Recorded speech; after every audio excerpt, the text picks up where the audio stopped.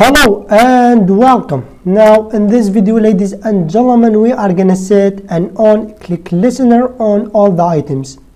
Okay, so what we need to do, once the user click on each item, we are gonna show an alert with the image, with the name, and also we are gonna add a button for the user can, once you click on the button, we are gonna play a sound with the name. Okay, so if we click on the cat image, we are gonna say cat. Okay. So to do that, what we need to do, we need to design the alert that will show up. Okay, so I'm going to right click inside my layout folder, then choose a new layout resource file.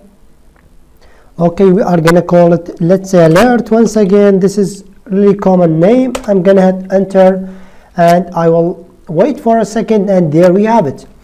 Now the first step here to change the constraint layout to be a relative layout. This is something that you should be familiar, ladies and gentlemen, by now, because on all my application that I have designed so far, we are using the relative layout. Going back to our design tab, let's go ahead and change this background color here to something more beautiful than our white color. I'm gonna use the same color, which is the blue one. Hit OK, and there we have it. Now the second thing that we are gonna do, we are gonna add a circle image view. Okay, so here inside my relative layout, I'm gonna add a circular image view.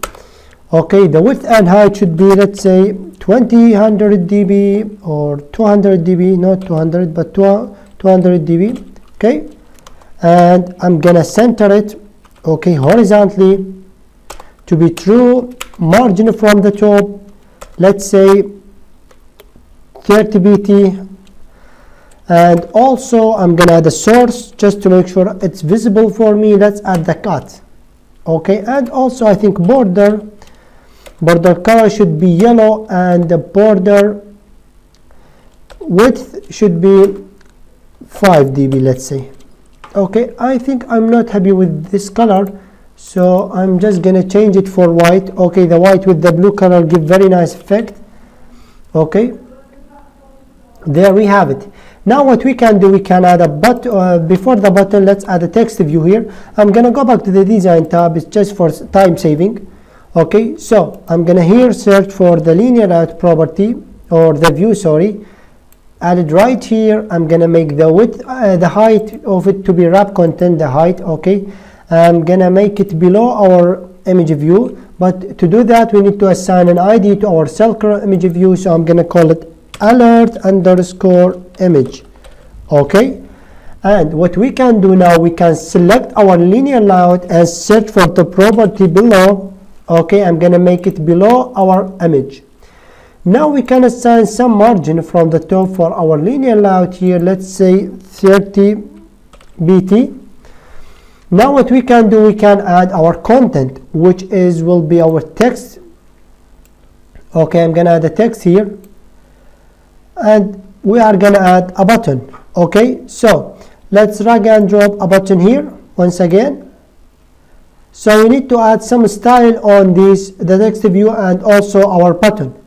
Okay, now let's select our text view here. Okay, and search for some of the properties. One of them will be the text size and the text color. I'm gonna make the text color here to be white.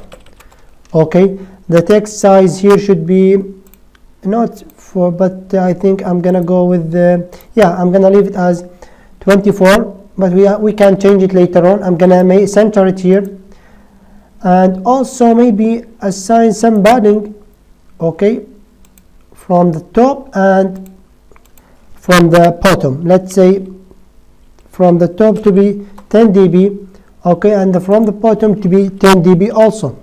Okay, and we can do now, we can select our button.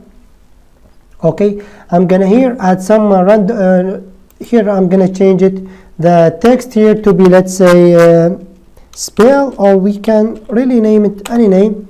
So I'm just gonna call it not spell, yeah, leave it as a spell. Okay, now let's change the IDs here. So I'm gonna make it alert underscore spell. Okay, and for the text view, I'm gonna call it alert underscore name. Okay, Now what we can do, let's go ahead and select our button here. Let's start styling it. So the margin from the top to be 30 pt. Okay, I'm gonna make the background here something different. Okay, maybe the white color, or let's see. Okay, let's try this one. Okay, I am not happy with it. I'm gonna make it white. Okay, and also let's work with the text. Okay, inside our button, gonna make it like this. I'm gonna, let's see what we can do. We can change the size. I'm gonna leave it like this. Okay, let's assign some margin. Okay, or instead of assign margin from the left and the right, I'm gonna change the width of it to be 300 dB. Okay, so you can either go with this or this. Now what we can do, as you can see, it's not centered.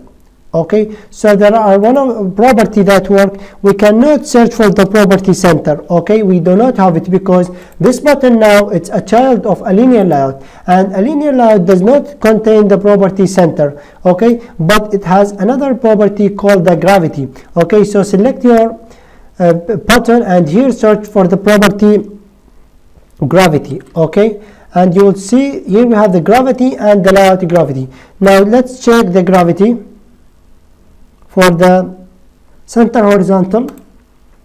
Okay, so as you can see, it's not being centered. Okay, and then we have the layout gravity and the gravity. Okay, so let's check the layout gravity and I will explain everything. So the difference between the layout gravity and the gravity. Okay, so the layout gravity, okay, will contain the whole button.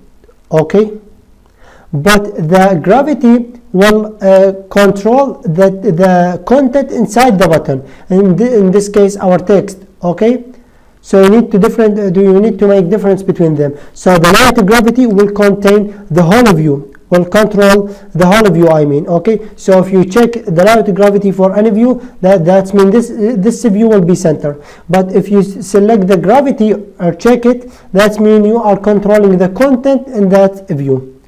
Okay, whether it's be a text or something like this. Okay, so I'm gonna uncheck it from here. So as you can see, if we make it, let's say bottom, just make sure to look here on the text. So I'm gonna, let's say bottom. So as you can see where it's been, that's the difference. Okay, so I'm gonna uncheck it because I do not want to work with the content inside our button. Okay, so we have checked the layout gravity to be center. Okay, now what we can do, ladies and gentlemen, we can add a last button here, which will be outside of our linear layout. Okay, that means inside the relative layout, and I'm going to search for the property align parent bottom. I'm going to check it here, and also I'm going to make it match parent. I'm going to make the text here to be, let's say done or whatever, just for dismissing the alert. Okay, let's make the background something else. In this case, I'm gonna use this color. Okay, I'm gonna leave it like this. Okay, and as you can see how it's look like, I'm gonna increase the size a little bit for us. Okay, so I'm just gonna choose, for example, the text size here to be like this maybe. Okay, and we forgot to assign an ID, so I'm just gonna type alert underscore, let's say done. Okay, now as you can see, ladies and gentlemen, we have successfully designed our item that will show up once the user click on one of the item. Okay, so here we are going to show the item image, here we are going to show the name, and here once the user click on this button, we are going to spell this name. So if it's cat, it will say cat, I mean the sound will play.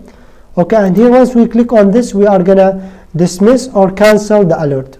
Okay, so thank you guys so much for watching. That was our video about designing the item that will show up, and we are going to continue on in the next video.